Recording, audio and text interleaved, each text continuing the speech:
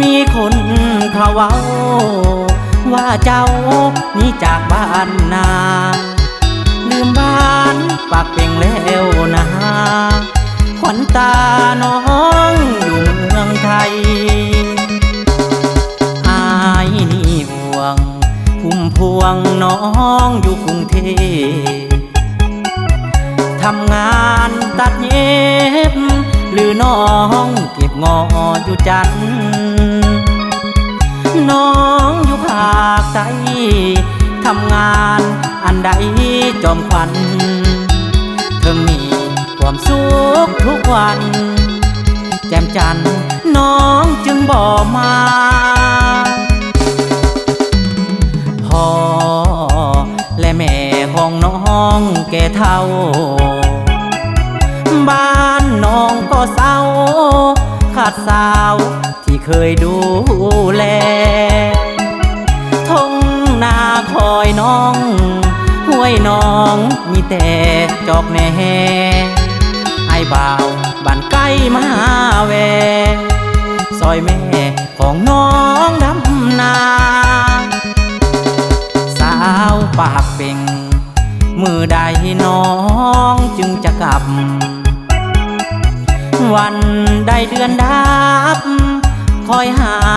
บ่เห็นคนดีงานบุญกองเข้าคอยเจ้าแม่ยอดสีวี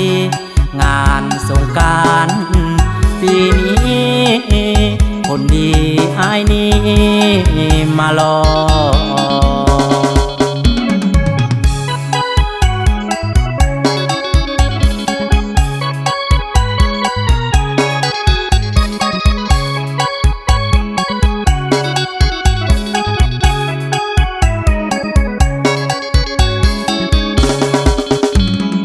พ่อและแม่ของน้องแก่เฒ่าบ้านน้องก็เศร้าขาดสาวที่เคยดูแล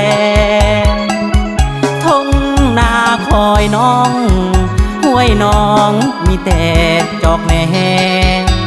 ไอ้บ่าวบ้านใกล้มาหาแวซอยแม่ของน้องดำนา